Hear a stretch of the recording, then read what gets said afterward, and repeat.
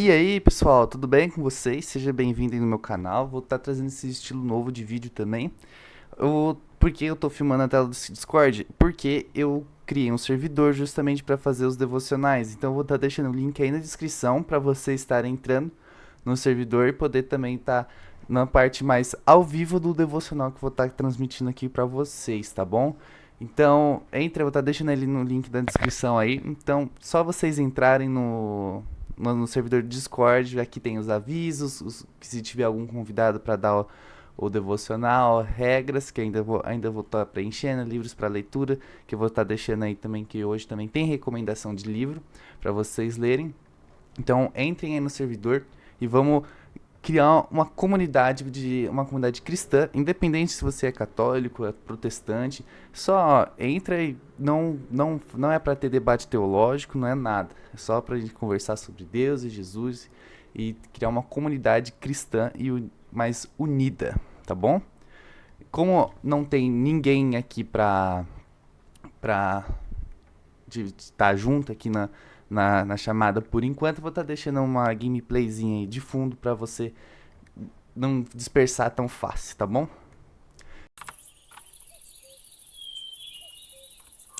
E aí, pessoal, vamos começar a leitura, vamos começar a abrir na Bíblia. Vamos abrir lá no Salmo 73, 2. Vou dar um tempinho aí para vocês procurarem. Pausa o vídeo ou espera um pouquinho aqui. Tô esperando. Abriu? Fechou. Vamos lá, vamos ler. Quanto a mim, os meus pés quase tropeçaram, por pouco não escorreguei, pois tive inveja dos arrogantes, quando vi a prosperidade desses ímpios. Eles não passam por sofrimento e têm o corpo saudável e forte. Estão livres dos fardos de todos, não são atingidos por doenças como os outros homens. Por isso, o orgulho lhes serve de colar e eles se vestem de violência. Do mesmo íntimo brota a maldade, da sua mente transbordam maquinações. Eles zombam e falam com más intenções. Em sua arrogância ameaçam com opressão. Com a boca arrogam a si os céus, e com a língua se apossam da terra. Por isso, o seu povo se volta contra eles e bebe suas palavras até saciar-se. Eles dizem: Como saberá Deus? Terá conhecimento o Altíssimo? Assim são os ímpios sempre despreocupados, aumentam suas riquezas. Certamente me foi inútil manter puro o coração e lavar as mãos na inocência, pois o dia inteiro sou afligido e todas as manhãs sou castigado. Bom, nesse salmo é da família de Asaf, que sofria e era zombado pelos ímpios. O que são os ímpios? Os ímpios são aquele que não tem fé ou que tem desprezo pela religião. No caso, que é desprezo pela religião cristã, que é a nossa, e você também está assistindo esse vídeo, né? E nesse salmo é questionado do porquê que Deus permite que eles sofram na mão deles, né? E ainda parece que eles se dão melhor na vida. Isso, acho que você também já teve esse questionamento, né, acredito eu, que é muito comum isso acontecer e não tem nada de errado nisso. Porém, na Bíblia, eles vão nos explicar algumas coisas, né? E muitas pessoas, né, como já foi dito, já vão se identificar com esse salmo, porque é comum. Um exemplo que eu posso dar é, por exemplo, vocês vão entender também um pouco do que eu quero dizer. Quando o atleta está no começo da carreira, tipo na base, na escolinha, ainda criança, né? Ele, o atleta, vamos separar, o atleta cristão e os atletas que são ímpios, aqueles que ficam na mulherada, eles querem tá, fica zoando, falando palavrão, besteira, fica aí fazendo coisa errada, né? E mesmo assim, parece que eles são melhores do que a gente, né? Parece que são melhores do que aquele do cristão, que se esforça, que se dedica, não faz nada errado, mantém a vida pura e se mantém na firme e forte na palavra, né? E algumas ocasiões ele não consegue ter o mesmo rendimento, mesmo se esforçando mais do que eles. Parece que os ímpios, né, foi abençoado para jogar e você não. Então, essa analogia que eu estava querendo fazer, né, parece que os ímpios se dão melhor, às vezes, são melhores do que você, mas que na verdade não são, né? Que é isso que a gente vai estar discutindo aqui nesse devocional, né? E esse atleta, ele acaba se questionando, né? disso acontecer e acaba questionando até mesmo a Deus.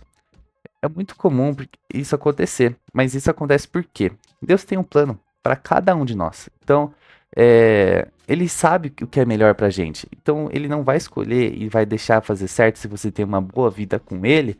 Não vai deixar você seguir uma carreira na qual você vai se auto-afundar, né? Ele não vai deixar você chegar no fundo do poço numa escolha. Então, às vezes acontece, né, de nós não seguir a voz de Deus e seguir por um caminho e nos darmos mal. Só que a gente não pode atribuir esse dar errado para Deus, porque foi uma decisão sua. Você escolheu não seguir a voz de Deus. Então, usa seu erro para aprender mais. E da próxima vez não cometer ele de novo. Então, alguns erros nossos nós não podemos atribuir a Deus, porque às vezes foi na nossa própria decisão que fez isso dar errado. A gente não decidiu seguir o que ele tinha dito para nós, né? E cabe a nós orar e ter uma boa relação com Deus, para descobrir qual a nossa vocação, o que ele quer de nós, o que ele separou pra gente também. Então, e saiba que neste salmo ele também responde o questionamento do porquê eles se dão bem, né? E não exatamente do porquê se dão bem, mas porque eles não são melhores do que a gente, do como você pensa, né? Por exemplo, aqui no Salmo 73, 19 ao 20, nesse mesmo salmo, ele responde. Vou ler para vocês. Como são destruídos de repente, completamente tomados de pavor. São como um sonho que se vai quando acordamos. Quando te levantares, Senhor, tu os farás desaparecer. Então aqui eles nos respondem que na verdade é o contrário. Os ímpios, eles não têm base alguma. As casas deles são feitas em terrenos de areia, sendo facilmente destruídas e sendo completamente de repente são tomados pelo pavor. Então eles não como um sonho que se vai quando a gente acorda. Então, nos explica que eles não têm meio que uma base, eles não têm um porto seguro, né? Nós temos Deus que está sempre no controle de tudo, que nunca vai deixar as coisas fugirem do seu comando. E não sinta inveja dessa gente. Seja forte e corajoso, porque na verdade quem está numa situação somos nós que estamos buscando pela vida eterna no reino dos céus, junto com Deus, né? E uma coisa que eu gostaria de falar também é que quando você está no caminho contrário ao do diabo, ele vai tentar te atacar. Mas se você vê que ele não está tendo ação nenhuma na sua vida, talvez você deveria prestar mais atenção no que você está fazendo. Porque se ele não está te atacando de nenhuma forma, talvez seja porque você esteja andando na mesma direção que ele. Então, toma jeito na vida e segue no caminho contrário ao do diabo, né? E outra coisa também que às vezes pode dar errado na nossa vida, pode parecer, vamos pegar um exemplo também da história de Jó.